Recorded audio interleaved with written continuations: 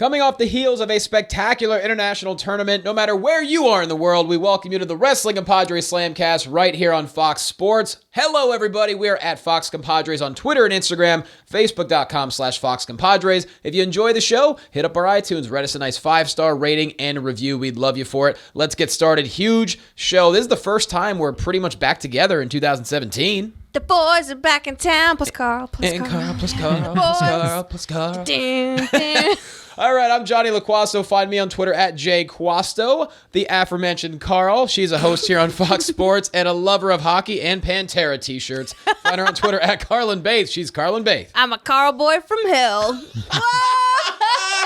It's good to be back in studio, everybody. That's just one more amazing nickname that you have. Yep, Carl boy from hell. Carl Boy from Hell. It's nice to see you, Johnny. You look tan. Looks like you had a fun time on that boat. I had a little bit of Ship. sun. Yep, A little bit ship. of sun. It's a ship. That's right, it's a ship. I've been on a real big boat. It's a ship. And the man sitting next to her, he is the host of Curtain Jerks and also is going to be in the brand new film titled Dave Made a Maze that debuts this weekend at Slam Dance, a huge festival, really fun, very proud of him. Find him on Twitter at Scott Narver, because he's Scott Narver. That one I'll cop to. Yes, I'm in that. And also the youtube.com/OnYourMarkShow. That is a lie. Well, I'm not in it. I love it, but I'm not in you it. sure you weren't at Impact a few weeks ago? Oh, if I was, that'd be the best. I was near there. I was certainly near there. I could have swore I saw Josh Matthews in a live video with you and Mark E. Extreme. That'd be a bucket list moment. I mean, I'd be thrilled, but... Okay. Well, later on in the show, Dale Rutledge is going to join us. He's on a plane right now. Hopefully, we'll be returning to the United States very soon. But he's got some big news, and it's going to be very interesting. So, first things first, though, speaking of big news, Kurt Angle is in the Hall of Fame, the only Olympic gold medalist in the history of the WWE. I got to say, I didn't quite see this coming. I was hopeful for it, but it just seemed like the talks would always break down, and all of a sudden we find out just the other morning, all of a sudden, boom, he's back home in the WWE, which he tweeted himself, I'm coming home, oh, it's true. I mean, were you guys surprised by this? I got to admit, I was a little bit.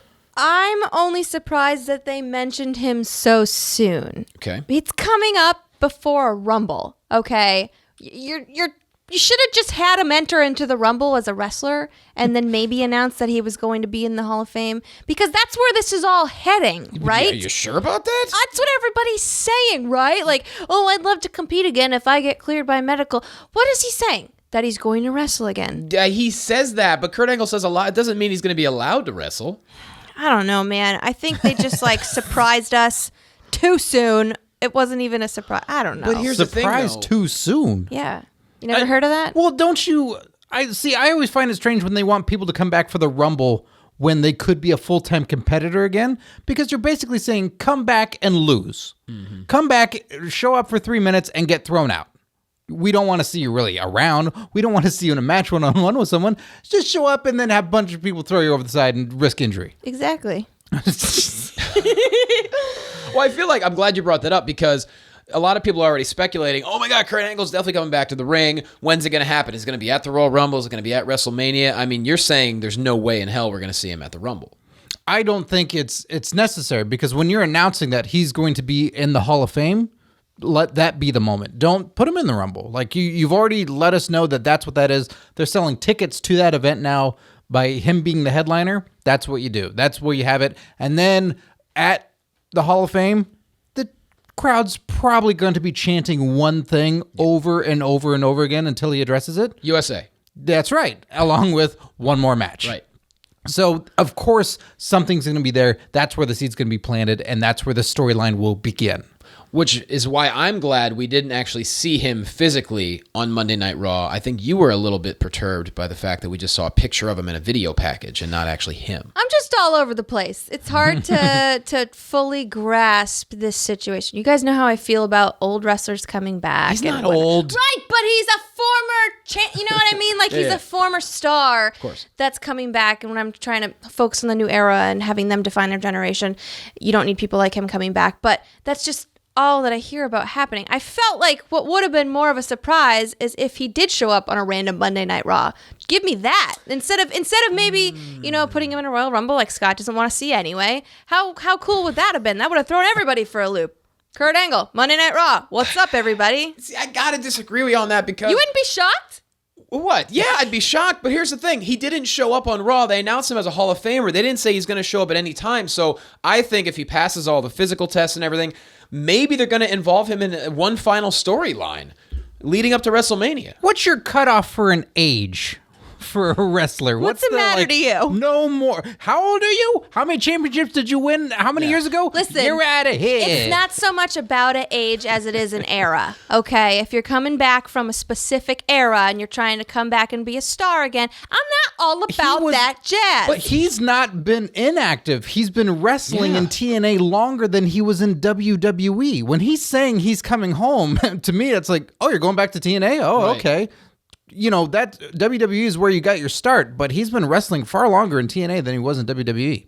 And even after he left TNA, he's been doing a lot of indies. So it's not like he's taking a lot of time off. And it's Fought Cody. He did fight Cody, and as far as I'm concerned, I believe this is the healthiest we've seen him in years because he has had time off. Okay, so that's what brings me back to my point is it's not going to be shocking when he has a match. So they shouldn't have announced him. Yes, it is. Well, you're just saying he barely took any time off and he's been wrestling this entire time. But he hasn't been with WWE in over a decade, and Right, so but yes, he's Hall of Fame. They're announcing him in the Hall of Fame, and then he's talking about getting cleared by medical and all that jazz. Like, if he comes back and wrestles, no one's gonna be shocked. No. They should have just surprised the crap out of me, but nope, they didn't. They ruined it. Carl Boy, though, you What? have to listen. What? Listen. Yes, I'm they listening. announced him for the Hall of Fame, but let's say a couple weeks down the road after the Rumble, you know, something happens and all of a sudden, bam, that music hits. You're like, oh my God, is that going to be him in person? No, yeah, It's I'm gonna be like, shocking. I'm gonna be like, I just saw his video package. I was just reminded of him not too long ago. So big whoop, he's here. But they Carlyn- didn't say anything about him, and then he popped out.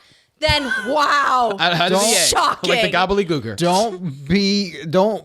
Don't fret, okay? No. You'll still be shocked when Roman Reigns taps out Kurt Angle I'm on leaving. Raw. I'm leaving. No, stay here. No, stay I'm here. putting my notes away. Third year in a happen. row, he's the main event. Roman Reigns. Gosh, WrestleMania. At least Toby will be happy. Well, while we're on the topic of the Hall of Fame, there's going to be more. It's not just Kurt Angle giving a 3-hour speech. Nope. So who else do we think might be added to this year's Hall of Fame? Or who do we think should absolutely be a certainty for the Hall of Fame? A certainty, or like Yeah. maybe who we kind of want. Whatever know? you want. I have someone who I think should be a certainty, but I got I'd a like certainty. to know. What's your Give us. certainty? New Age Outlaws. Oh, absolutely. Really? Yeah. Hold on. They're old, so don't worry. Oh, That Can you is tell me who the that Road is? Dog Jesse James and the badass Billy Gunn. No, you see, didn't I know them. They were on Raw within the last 7 months. I know who they are. No, they weren't. couple years. Yeah, a couple years ago. What are you talking about? No. You're thinking of Enzo and Kaz, the ripoff. No. I'm talking about the original. Yeah. The original track, the good track, not the bad cover band that we see out there. Boy. Covered in leopard print, looking like Peggy Bundy. Strong No. words. Strong words. New Age Outlaws. The guys who helped pioneer all the badass wrestling that we saw in the Attitude Era and brought a ton of great viewers invading WCW. Those guys have to be in the Hall of Fame. And those two guys giving a speech together, that'd be a blast. Oh, you didn't know, Carl? Guys, Your ass better call somebody. better Carl somebody. You know, they were WrestleMania 30. They wrestled at WrestleMania 30 in New Orleans. They were a tag team up until not that long ago. Well, kind of, sort of, No, they were appearing on television Sure. semi-infrequently. That's a great choice, Scotty. Good job. Absolutely. That's what I do. And that would be an amazing speech. What do you think, You Carl? want to know my choice? I would love to know your choice. I'll tell you my choice. Please. He was a wrestler within the last 5 years. Wow. Okay. Well, His name Bob is Backlund. He's already in there. Daniel Bryan. well, of course. Daniel Bryan. I mean, what were you going to say? No, you have a thought in your mind. We still see him on TV every week. Sure, but not as a wrestler. No, we don't. sadly. Okay, I think that he's a superstar that needs to be in the Hall of Fame. His relationship with the terminally ill patient Connor the Crusher Oh, yeah. touched my heart. Sure did. Come on. His run in the WWE as a superstar, even though it was short, like 2011 to 2014 was some of his biggest years, that's not long in the scope of a WWE superstar. And think about all the impact that he made. Okay, headlining WrestleMania. He was just freaking incredible. He deserves to be in the Hall of Fame, and I don't think many people would disagree with me. Oh, no. He's a guarantee. The question is, do they want to put him in this soon? Or, I think Daniel Bryan, he'd be a headliner as far as Hall of Fame, whereas Kurt Angle has already been announced as the headliner. That's a great choice, though. I'm going to go to the celebrity wing, if I may. Oh. Andy Kaufman, the intergender wrestling champion of the world. Okay. This is a man who is so brilliant in his character acting and so committed. He lived kayfabe. He decided he wanted to work in wrestling. He started wrestling women. He went to Vince Sr. Vince Sr. was like, I don't know what you're doing. I don't get it. No. So then he got introduced to Jerry Lawler. Jerry Lawler was like, you know what? Come on down to Memphis. They put together this incredible battle, this incredible program where Andy Kaufman got beat up by Lawler on the Letterman show in 1982. Everyone thought it was real. Like you said, Scotty, ratings through the roof. And he, even when he died, he still made Lawler keep kayfabe. If you listen to the interview or watch the interview after he died, Lawler's like, yeah, look, it's sad he died, but I never liked the guy anyway. So, I don't know what else to say about it. He was WrestleMania before WrestleMania. That's what WrestleMania was built upon, is having celebrities and wrestlers come together. Yep. Kaufman did it first. He's the ultimate celebrity that I think should be in the Hall of Fame. I mean, he's no longer with us, but I still think that'd be a great addition. Or is he? He might be. Him and Tupac on an island somewhere. Dun, dun, dun. Producer Andrew in the house, everybody. The new soundboard. Sounds beautiful. But before we get to the Hall of Fame and WrestleMania, we got the Royal Rumble coming up, right? Wait! What? Guys! Did you have a premonition? I had a premonition. What? The tag team I thought that I was talking about were actually the Dudley Boys. Oh, yeah, they're surefire Hall of Famers, of course. I was like, no, but I was like, we've seen them on Raw within the past 7 months. I said they, invaded WCW. They wore camo in that time, and Dudley's wore camo. Yes, Okay. that was the thing. That's that a was gimme. the thing. You get one gimme in the show. Oh, You God. get one. You're all out now. Guys, I'm trying. Okay, so Rumble. If Wrestling you ask is me, hard. the Rumble is incredibly Raw heavy right now. The way we're looking at it, we got 10 Raw superstars. I think only 4 SmackDown that have officially been announced. It's the Raw Royal Rumble. Right? That's all that's being talked about on Raw. And to me, it's getting really, I don't want to say predictable, but it kind of is. You said that. You got Brock, you got Brown, Yellow, you got green, Yeah. mustard, I mean, camo. Brock came out on Raw. F5'd Roman Reigns. Did not come out at the end. But what do you guys think? Is this telegraphing that a Raw superstar is going to win the Rumble? I don't think that makes it predictable. I mean, there's going to be 30 competitors overall. Just the fact that they're leaning towards one show, and no way makes it predictable. We all the people that were mentioned, that Braun, Roman, Brown, Brock, Roman, all these guys that are there. I don't know who's going to win. It's not a clear-cut winner by any stretch of the imagination. There's going to be feuds that come out of this Royal Rumble galore. I hope so. But I'd like to think that they're just really not putting the spotlight on SmackDown to really deflect and make us think it's going to be a Raw guy. I agree with you here. I think that there's going to be a massive deflection happening. I think the past couple of weeks, we've been kind of thinking that they're going to go Roman versus Goldberg. We're thinking since Roman dropped the U.S. title, he's going to win the Universal title at some point between now and WrestleMania. And then he will now fight Goldberg because Goldberg's going to win the Rumble. But honestly, I think that they're going to throw us for a loop here. Goldberg and Brock, I don't know which one of y'all said it a couple weeks ago on the show, will eliminate each other, and neither of them will win the Rumble. Someone else will win the Rumble, and hopefully Roman does not win the Universal Championship, and Kevin Owens retains, and something crazier happens for WrestleMania. I think they're really going to throw us for a loop here. Yeah, I mean, I have a hard time believing that Goldberg or Lesnar will not find a way to eliminate each other. Right. But that begs the question. Don't forget, you got The Undertaker. He doesn't belong to either show. So it's very interesting. He's an NXT guy. It was just discovered. That's right. He's in developmental. Absolutely. So I'm very excited. I mean, this Rumble, like you said, it is shaping up to be, last year Triple H won. Some people claim they saw it. I don't know. 2 years ago, you were in Philly for Roman Reigns. Yeah, I thought I was going to die. It was chaotic. Oh, Jesus. What do you think the worst reaction was? Roman Reigns winning or Batista winning the year earlier? Batista. You think? Batista. I think that was way worse. It was just soul crushing. Absolutely. And people were mad. Yeah. I think it all just depends on who you didn't want to win more. Sure. Because I really thought, as a wrestling fan, there was going to be a riot in Philly. It was very uncomfortable to be there, but at the same time, a total blast. Trust me, I lived in Philly a long time. It's an angry environment. So Just throwing out cheesesteaks, like, calm yourselves. Calm yourselves. Calm down. I got a whiz-wit for you over here. No matter who does win, I think the universe is going to be more pleased with the result this time around. I think, what do you think as far as, like, it's going to be on the pulse of the universe? Right? Yeah, I think they're going to have a much better feeling of what the universe wants as a winner, and maybe they'll be building someone up that it won't be this outrage of like, we had like 5 people we wanted and you chose number 27. How dare you? Mm-hmm. And you know who was trying to build up a team on Raw was our friend Sami Zayn. Oh, yes, he was. Fantastic. I'd never seen that side of him before, just trying to be a Shield member. It was great. That was beautiful. They had a backstage segment where Seth and Roman Reigns were just kind of listening to Sami Zayn talk a bunch of gibberish about how he thought they could come together and do great things and do this and do that and fight this person and blah, blah, blah. And this is how we can take out this person. And then he puts his hand in just like the Shield did, waiting for people to respond to him. Like, guys? Nope. Guys, hello? No. Guys, anybody? We're good. Anybody? Nope. It was beautiful. You know what it reminded me of, if I can make a Corky Romano reference?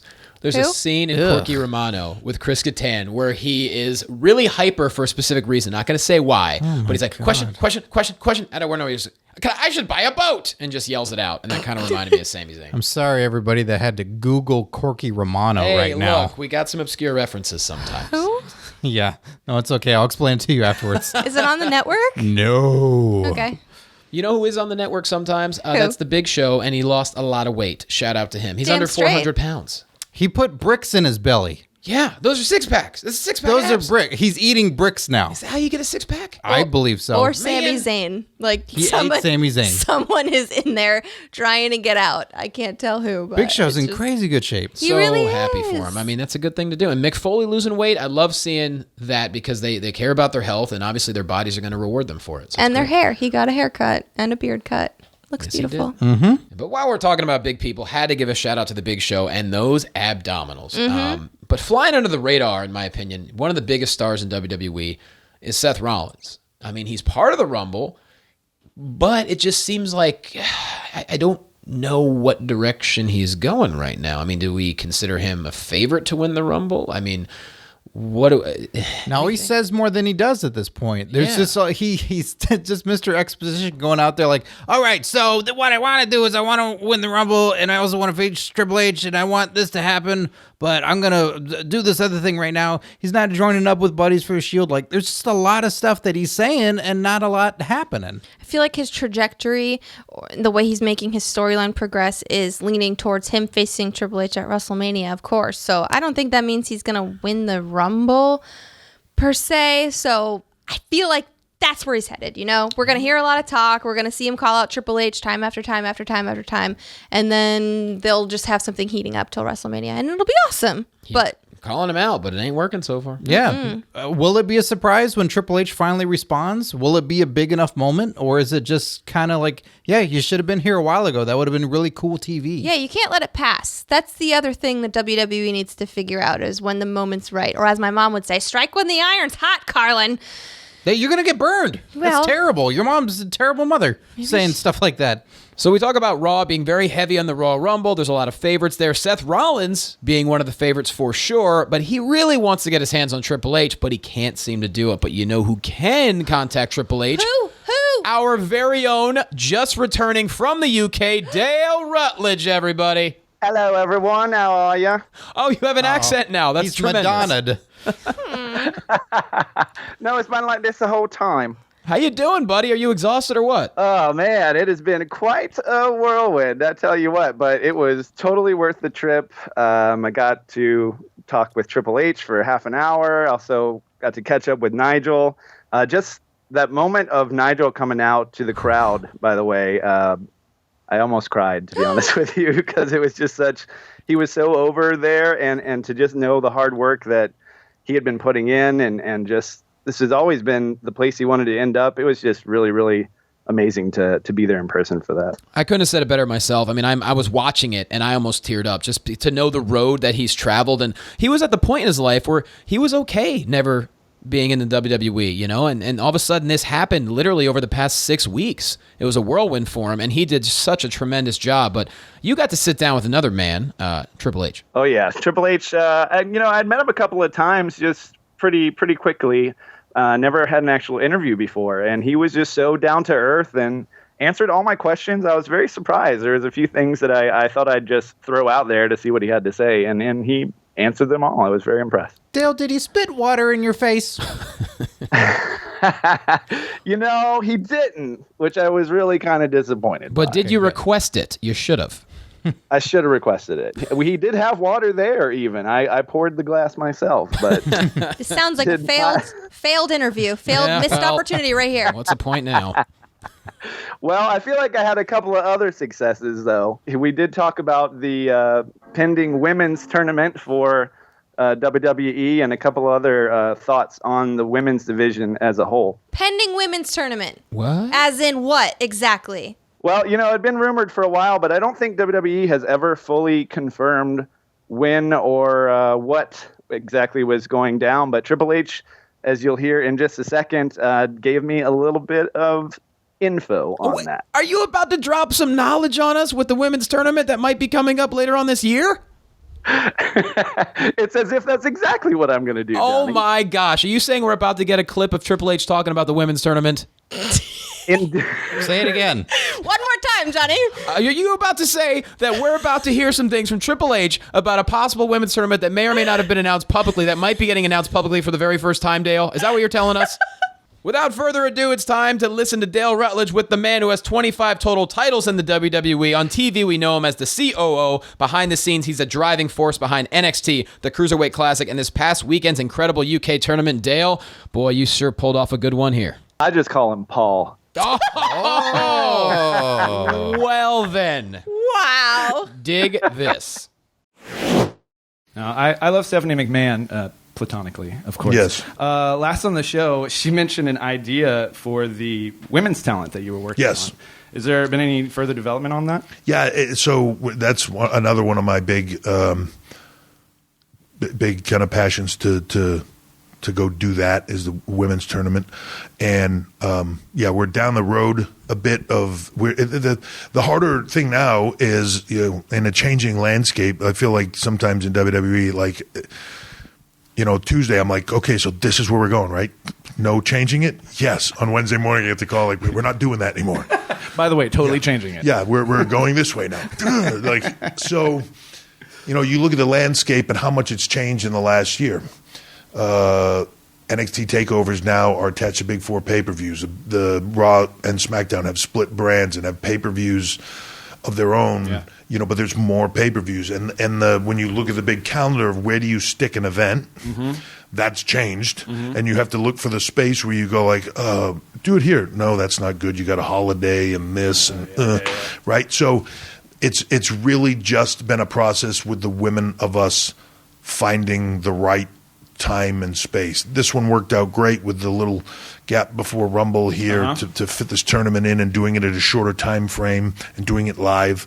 The women we're going to do probably this summer. Okay, great. Is what I'm hoping. And a lot of women performers just went, whoa, when I said that, but like that's the plan anyways. And again, much like cruisers, is to go scour the globe and maybe find the girls that are out there doing this that no one's heard of, that no one has seen, that are like these diamonds waiting, and bring them up and let's see what they can do and entertain people with the tournament and let them be exposed to these new talent, and at the same time just massively increase the opportunity and the talent pool for us, and for everyone, really. Something that's been big on the indies lately has been a lot of intergender matches. You guys haven't really done too terribly much. I mean, obviously some famous ones from China, but what is your feelings on that kind of stuff? So I believe in the mainstream world that competitively, I believe it's very exciting when women are strong enough to take down the guy. I don't know that the world is ready yet to see the guy kicking the crap out of the woman in the match. It does get tricky there. Yeah, and I feel like while that is maybe works on a smaller level in some other places. I don't know that ever works for WWE. And to be quite honest, I see the shock entertainment value of it, but to me, that's all it is. There's a reason why the women don't compete with the men in the UFC. There's a reason why they don't put female boxers in the ring with male boxers. There's also a reason why, in combat sports, there are weight divisions, and to me, which is 205 Live, and giving guys the ability to thrive in the environment they live in. Because at some point, it is tough to stick Jack Gallagher in the ring with Braun Strowman. You know what I mean? Maybe not for Braun, but not for Braun, but it is. There's almost a gap of reality there where you go like, I don't know that I can stretch my imagination quite this far unless he has a weapon, or and I think that's where it becomes difficult. And same for women. You buy it to a degree, and you might be excited that the woman is doing well for a minute, and then the guy punches you in the face, and you're like, God, why am I watching this? Unenjoyable. Yeah, I'm uncomfortable, and it's so I don't see it working. But to me, it's not needed, man. The shock value is not needed. Let women be the athletes that they are. Yep. They're trained, they're good, they're amazing athletes and amazing performers. Let them go in the ring with each other and show the world what they do in a platform that I think we've shown it in NXT, and we've shown it, to a different degree, but we've shown it on the main roster that when done well, it's every bit as exciting, and fans will be every bit as passionate about the women. Yeah. And, look, and the world has changed. Ronda Rousey has changed that, Absolutely. There are women athletes across all sports now that are as big of stars as the men. Yeah. Ladies and gentlemen, that was only a few minutes of Dale Rutledge's sit-down interview with Triple H. Give me the rest. Where's the rest? I can't wait. Where are they? Come on, Dale. Well, you're going to have to wait till Friday to get the full interview, guys. Sorry. Of this year? What month? Friday of this year, yes. Oh. But hey, this Friday I'll have Triple H and Nigel in full form. So a full 40 minutes of interviews with those guys. Cannot wait. Well, here's the thing, Dale. Before you pass out due to exhaustion and jet lag, we got to talk a little bit about the UK tournament. You were there in person. You got on TV. You were standing next to the Blue Peter guy that they showed, which was lovely. Your overall takeaways? My number one takeaway, well, first of all, I want to say thanks to, there were several compadres out there, and I had a great weekend. Thanks to everybody that came up and hung out or spent time with me. It was a wonderful, wonderful time. And I just couldn't have had a better UK experience. But as far as wrestling goes, I have to feel Pete Dunne. I'd already seen him wrestle just once before, really, but been reading a lot about him. I feel like this tournament made him. I don't know what you thought, Johnny, but this was his tournament. He didn't win the thing, but man, this was his time to shine, and he really took it by storm. Well, people often say wrestling's not about titles, it's about moments. And Pete Dunne had many of the most standout moments of the tournament. Besides the fact, the guy looks like he walked out of a black and white photo of a group of mafia hitmen from the 1920s. You're like, if you look at him, it's like, is he a key wrestling member of the UK tournament, or is he part of the St. Valentine's Day Massacre? I have no idea, but the guy is very unique. So. I think that's why Carrlyn likes him. Isn't that true? Oh, I'm very smitten. Very smitten. Vapors are being had in this room. Mm-hmm. I saw him wrestle at PWG, and not only did I think what you thought, Johnny, but I just thought, who is this guy? Like, I just thought, man, you look weird, but I like it. Like, I like it a lot. Like, why are you wearing that onesie? Yeah. It's maroon. Why you got that mouth guard in? That's strange. Looks like you don't have any teeth. Like, now imagine him in suspenders with a Tommy gun. Oh boy, I see it. I see all of it. You really painted a picture of something that I believe him He's a violent gentleman. Which I know you're into. Well done. The clothing company, not the actual violent gentleman. Right. Correct.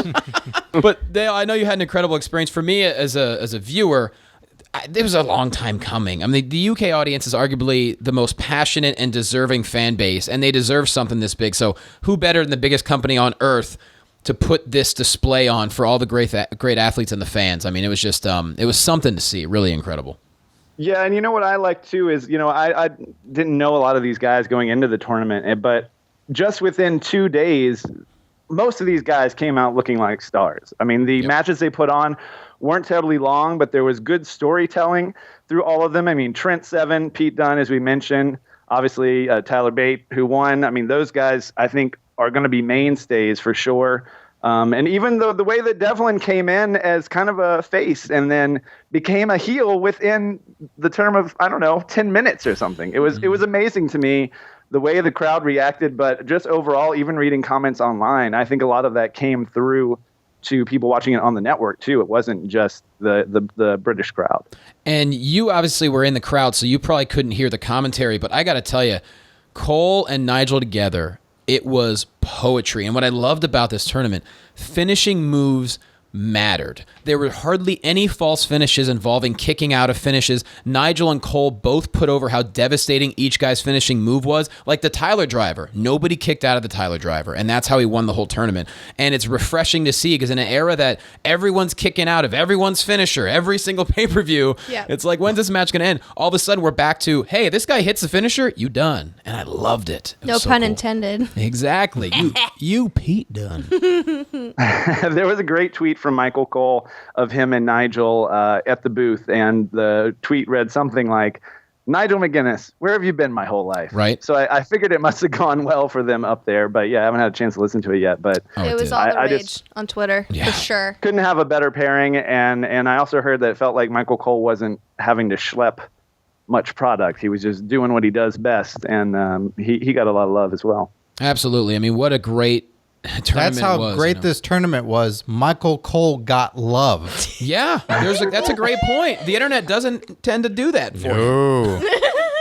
So Dale, you being there, could we assume this has to become a weekly episodic television show? I mean, the turnout was incredible, and just the reaction was amazing. So here's the thing. I talked to Regal a little bit and Triple H about this, and there doesn't seem to be a clear picture, or at least one that they're putting out there. You know, they're both pretty good at kayfabing us, but there doesn't seem to be a clear directive. And I did ask at the press conference, okay, so all the promoters from the local promotions and owners were in the crowd throughout the two nights, like almost all of them. And to me, that is indicative of some kind of agreement has been struck between WWE and places like ICW. Mm-hmm. And so I want to know, is this title, maybe at least for the time being, going to be taken and defended at the local UK promotions? Whoa. And would they be recording that for the network? Is that something that maybe they're going to just have the title be defended for now locally and they'll report on it? Or are they going to actually be taking crews to places? Because, they got to get something set up first. So I don't know. I'm very curious, but something bigger is happening here. And I don't know if it relates to the WWE network going tiered, but I would be suspicious of that because I think that they could find a way like, hey, if you really love wrestling, you can get, RevPro UK or, Progress on your network if you pay the higher price and you can see all the local guys wrestling as well. That would absolutely make sense because throughout the broadcast on both nights, they gave special shout-outs to a lot of the promoters from the other companies. So that only makes sense, and we've already heard rumors about the tiered options with the network. So how about that? You pay $15 a month. Guess what? You get to watch all the UK programming. And that'd be really cool, the champion going around to different promotions. I think it definitely could help with subscriptions, obviously for us, but especially for the UK because they would pay that extra bit to do that. And, to watch Raw and SmackDown over there, you kind of have to have a sport package, according to, I was talking with Wrestling Memes and some of our other friends there, and they say it's really difficult to watch Raw and SmackDown on the cheap. So maybe if you were able to watch the network with more of the local content that you are already enjoying, like Southside or other things, maybe that, I don't know, maybe that encourages you to pay the higher price to WWE directly. It's a brilliant business model. I gotta tell you, this foolproof. Wow. Foolproof right there. Well, while we're on the topic of the UK tournament and how incredible it was, and it was very heartwarming to see all these guys get an opportunity, what other possible tournaments can we have that can be amazing as well? Hundreds of thousands, Johnny. Well, do you got one for me? I do have one. Oh. Let me open the notebook. Oh, whoa! This is going to be a grand reveal. I got a whole business plan right here. Jeez, all right. Pictures of Ryan Gosling in that notebook. Stop snooping. It's pictures of Pete Dunne, actually. From PWG. She took about 93 of them. I hope that the WWE does a tag team tournament sometime in the future. I mean, there are other tournaments I'd like to see, but this is just one of them. I think it would be so fun to watch, and I think it's the only way we will see the Young Bucks in a WWE branded promotional tournament. Do you think, though, that even the tournament... Yes, I don't even know the question that you're going to ask. Yes, But here's my thought process. The Bucks would be like, you know what? We're big enough to just be signed on our own and not be part of a tournament. Don't you think they would say that? Well, I think that they're big enough to agree to do the tournament and then go back to whatever it is that they were doing, whether it was Ring of Honor or any promotion. You know what I mean? So you're saying they wouldn't necessarily sign? They wouldn't be exclusive to WWE. It's a big commercial for them. They'd dip in, exactly. They'd know that they'd be fine once they left, and they'd carry on with life, and then I'd be a happy woman. That's genius. Yeah. They would basically Zack Sabre Jr. the tournament. Exactly. Exactly. Oh. Maybe get offered a contract and say, not right now. Yeah. Peace. Deuces. I love that. Scotty, what do you got? I know what would make me a happy woman. A little person tournament. Besides that... Okay. I'm being totally serious. I love it. Back in the day when they used the word, when they called it midget wrestling, I enjoyed the hell out of it. Okay. And I think there are amazing performers there. There are. El Torito, in the costume and stuff aside, that dude's amazing. Hornswoggle, he's great. Like, there are really amazing little person wrestlers. Even in the costume. The alligator costume. Yeah. Hornswoggle. Yeah. Yep. Right? The alligator costume. He was in an... Right? Yeah, he was at one point. Okay. Sure. He wore a lot of costumes. He was also the I child don't know of what Vince you're McMahon. agreeing to there, Johnny. I don't know about this alligator costume. Just go with it. He was in an elevator costume. Yes. I think there are a lot of great performers, and I think it's something that, it's another opportunity. It's another spotlight. If you're filling up a network of 24 hours, why the heck not? Have something weird on there. Have a little person wrestling tournament. Absolutely. I think that's a great idea because you have all this, all this space and opportunity on the network. You want to do original content. Why not give them an opportunity? We just high-fived over that. We high-fived. Boom. We I did. love it. And this is a brilliant idea from producer Andrew, but how about a no DQ tournament? It's a little intense. Andrew, why? I mean, you're putting people at risk. I will acknowledge that up front. You love risk. I like risk. I like The board game? hardcore matches. I think we've gotten to a point in WWE where it's like, okay, don't hit each other in the head and in the face with steel chairs. But if you want to smack someone across the back, fine. If you want to find a kendo stick and like crotch chop Charlotte with it, go for it, Sasha. Sure. It happens.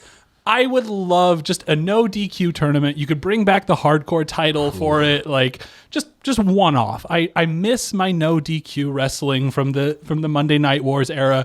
I get that we have to protect these folks. I really do. I want to see people like AJ Styles wrestle into their 50s. Live.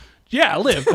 But just 2 nights, one tournament with 16 people just beating the hell out of each other would be so much fun. Yeah, I mean, you do know how dangerous that indie guys can get. I mean, that would be pretty intense. Yeah, I do, and that's why I want it. Paramedics got to get paid. Yeah, that's true. We got to have about 9 ambulances on staff. Wow. What if it was a little person's no DQ? Oh! I'm going. I'm leaving. I'm going to go find it. Scott's on his way. Scott, we have a show to do. Scott, you I don't don't care. There's a little person hardcore tournament But you don't- on the air. But you don't know where It's it just is. an idea. I will It's just an idea. find it. Okay. They went to England to find a tournament. I'll go to Botswana. I don't care. I'll find it. It's in Orlando. Go ahead. Sit down. Scotty, get back in that chair. He's Get back in this camera frame he's right now. standing there with I demand you. his fists on his hips like an angry dad. Good Lord. Good Oh, Lord. see, that's how amazing the UK tournament is. It springs all these incredible ideas, including a no DQ little person tournament with tag teams. Nailed it. Dale, I think it's time for you to go to bed. What do you think? Yeah, I think so. I don't know how I could top that anyways. I will say that I do think that we're probably headed, besides the women's tournament, probably headed to another regional tournament. I mean, they've been really building the Chinese wrestler division over there. And obviously China is a huge market for them to grow in. Also India as well. So I think that we could get one of those 2 locations sooner than later. I love that idea too. Well, Dale, wow, amazing trip. Congratulations on getting over there and being a part of it, and then sitting down with Triple H and our good friend Nigel McGuinness. And thank you for doing that, because that was not easy to go from Japan to the UK back to the States. Can we get some rope to tie Scotty to his chair, because he keeps trying to leave? I see Sounds it. hardcore. I see it in his eyes. Now Andrew's fists are up in the air. He's pumped about it. Oh boy, this is fantastic. What a circus. So we have to talk about the show that essentially has been the must-see option between Raw and SmackDown, and that's SmackDown Live. I mean, wow, we had a steel cage match between Becky Lynch and Alexa Bliss, and La Luchadora, she interjected herself, and by God, Mickie James is back. I thought it was Eva Marie. You did. I thought it was blue pants because she's wearing blue pants. She's wearing blue pants, Yeah. blue tights. Yeah. I like Carlyn was trying to explain. She goes, no, it's Eva Marie. Look at the way she's walking. She's walking all weird. It's Eva Marie. That was not the first call out you did. No, You there were said- other things that led me to think she might be Eva Marie. The boobs. That's a compliment. Yeah. She's got, She's a beautiful lady. She's a beautiful woman. She absolutely is. But wow, I was wondering the other day too. I was like, wow, well, so maybe Mickie James really did just come back for one match in NXT. I wonder if we're going to see her. Holy Lord. As if they didn't have to make SmackDown more intriguing. Now we have the 5-time women's champion, 1-time Divas champion, back on SmackDown, aligning herself with Alexa Bliss, which is very strange because, Mickey's ego is not going to let that happen for very long. Why can't we have more friends in wrestling? Let's have some lady friends now. Why can't they be friends, Johnny? I know this is an issue with you. You want more friends, less conflict. We don't want ladies to all think that they're all catty. That's a bad stereotype, Johnny. I know. Well, Carl, What's it like to have a friend?